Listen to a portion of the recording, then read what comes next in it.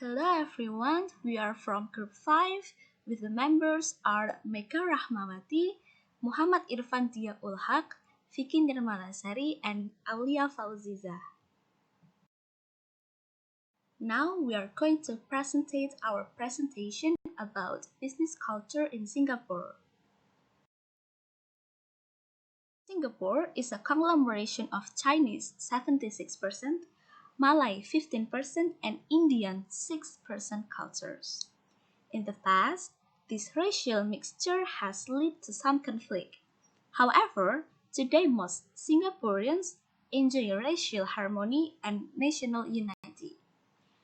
Each group works hard to maintain its cultural traditions while building a modern, cohesive society. Singaporeans of the younger generation think of themselves as Singaporean first and as Chinese, Malay, or Indian second. And now we are going to talk about the languages that used in Singapore. Singaporeans use English as working language while Chinese, Malay, and Tamil as official language. Okay, next we are going to talk about the punctuality in Singapore. Singaporeans are normally punctual for their appointment and expect the same with others. Call them if you are unexpectedly late. Next, we are going to talk about the etiquette. There are important differences in doing business in Singapore, and the following offer valuable consideration of etiquette when conducting business in Singapore. When making introduction for the first time and in formal meetings, always use the person title and family name followed by his personal name, if he has Chinese name, and then if he has a Western name, he should be introduced in the same way as in the West. And then the second one about business card. Business cards should be exchanged upon meeting and treated respectfully. Ideally, they should be given and received with both hands. And the next one is in Singapore, there is an emphasis on equality of the sexes. Women do hold position of authority in business. And then, when you're in the meeting, you should shake hands with everyone present at a business meeting or social occasion. And when you're leaving, you must shake hands again. Your handshake should be firm. One thing you should always remember is never signal or point at person with the forefinger. And the next one is just the same as another country, giving personal contacts are important in business. And the last one is always talk straight and get right to the point with Singaporean. The next one is hierarchy and rules for business culture in Singapore. The business rule in this topic is more like an unwritten cultural rules, such as age, seniority, and status are revered. Age and status are respected, and the elderly are deferred to. In the workplace, senior people are treated with utmost courtesy and deference. People in a lower level of the hierarchy system would accept their subordinate status and respect formal hierarchical authority. So, the people in the lower level of the hierarchy system should avoid publicly debating, correcting, or disagreeing with an older person or superior, because if they did, they will lose the respect of the others. There's a concept of face in a Singaporean context. Joan Meriwether Craig, in her book Culture Shock Singapore 2001, described face as a measure of one's internal quality, status, good name, and good character. Why is face is so important to the business is because to maintain one's own sense of personal and public integrity and the integrity of others in social interaction. So, here are the following tips for saving your face as a Singaporean employee. The first one, do not correct your employer or superior's mistakes in public. The second one, do not question your employer or superior in public.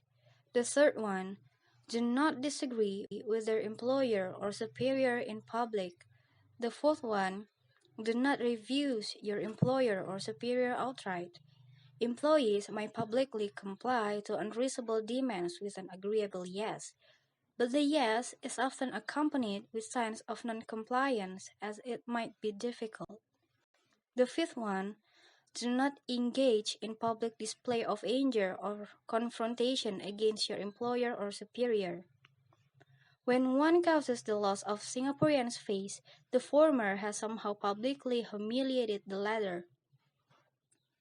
The consequences of face loss are, in example, distrust, resentment, bitter feeling, and others. So the best approach is to discuss matters of disagreement and confrontation discreetly, delicately, indirectly, and in private. Singapore is famous for having strict rules for everything. Majority of the local firms don't actually want too many employees running around with too many mind-blown ideas or crazy ideas, nor do they want unfocused fragmentation of the core businesses managed by over-enthusiastic entrepreneurs. So the employee often just hide their thoughts and just go with the manager's or senior's direct instruction, or they just be the followers. And however, the city now realized is a need for creativity to compete in the new global economy. And the next one is about social media. Some 70% of Singaporeans are active social media users, more than double the global average. So, don't underestimate the power of social media in Singapore. Be careful of what you are talking about and use social media to your advantage in business. Dismissing social media as frivolous will not win you respect. Once you lose your face because of your own actions, it could ruin your business prospects and even invite retribution. So, silence isn't important and the best element of Singaporean communication. Now we are moving on how to give a gift to Singaporean. In Singapore, its ethnic groups share different gift-giving traditions. Business gifts are generally not exchanged, and you must use both hands to give someone a gift. A gift given to a guest or the host is not opened in the presence of the giver. And then, please be careful of the gift being misinterpreted as a bribe, even a small gift. Never give a government official a gift which might be considered a bribe. And when you come to someone's house who invited you, please always bring the host a gift. Moving on, we're talking how to dress for business in Singapore. Due to different ethnic groups and modern character of Singaporeans, there are many different attires acceptable. Dress is normally very casual and Western clothing is most common. For business, men should wear white shirts, tie, and slacks. Jackets are usually not required.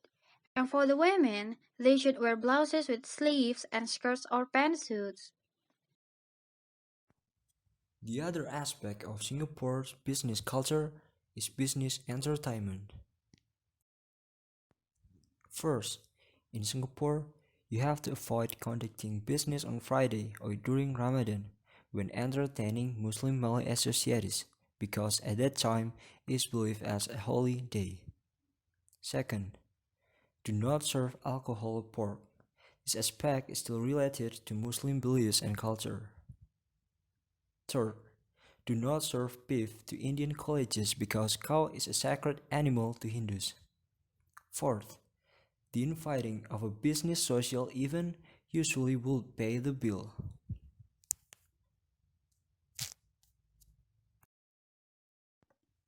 The next aspect is office hour in Singapore. Offices are open from 8:30 a.m. to 5:30 p.m. from Monday to Friday. Banks are open from 9 a.m. to 4 p.m. from Monday to Friday. Some banks are also open on Saturday and Sundays. Shops are open from 10 a.m. to 10 p.m. daily. Okay, now we're going to talk about some tips to make successful business trip in Singapore. First, you need to be punctual. Punctuality is a sign of respect in Singapore and is considered insulting to leave Singaporean business executive waiting. Second, you need to listen. After someone makes a comment, count to 10 before you respond. This shows that you are carefully considering what they say. Third, you need to speak in a low tone because if you use a high tone, it will command less respect. Fourth, you need to be genuine. If you want to compliment a person, you'd better address their accomplishment instead of their appearance. Fifth, break eye contact. While you will likely have eye contact during part of the conversation, occasionally break eye contact so that you don't seem like you are glaring at the other person. Sixth, respect physical contact. Physical contact is a sign of friendship in Singapore, so don't be alarmed if you see this. And the last one is you'd better use your right hand when possible, because Muslims and Hindus perceive the left hand as unclean, so try to use your right hand when eating or shaking hands. Yep, that's all the business culture in Singapore and what aspect you should pay your attention with.